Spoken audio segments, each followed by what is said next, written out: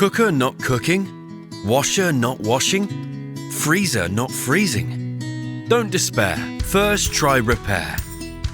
Repairs are kinder to your pocket and the planet, with a carbon footprint less than 1/10 the size of replacing with a new appliance. Repairing involves carbon for manufacture, transport, energy for repair. Replacing entails sourcing materials, energy used in manufacture, transport, installation, removal and recycling. 93% more carbon goes into replacing with a new appliance. And guess what? More than half of appliances that were repaired last year didn't even need a replacement part. So next time one of your appliances fails, think pocket and planet. Try a little expert care and repair.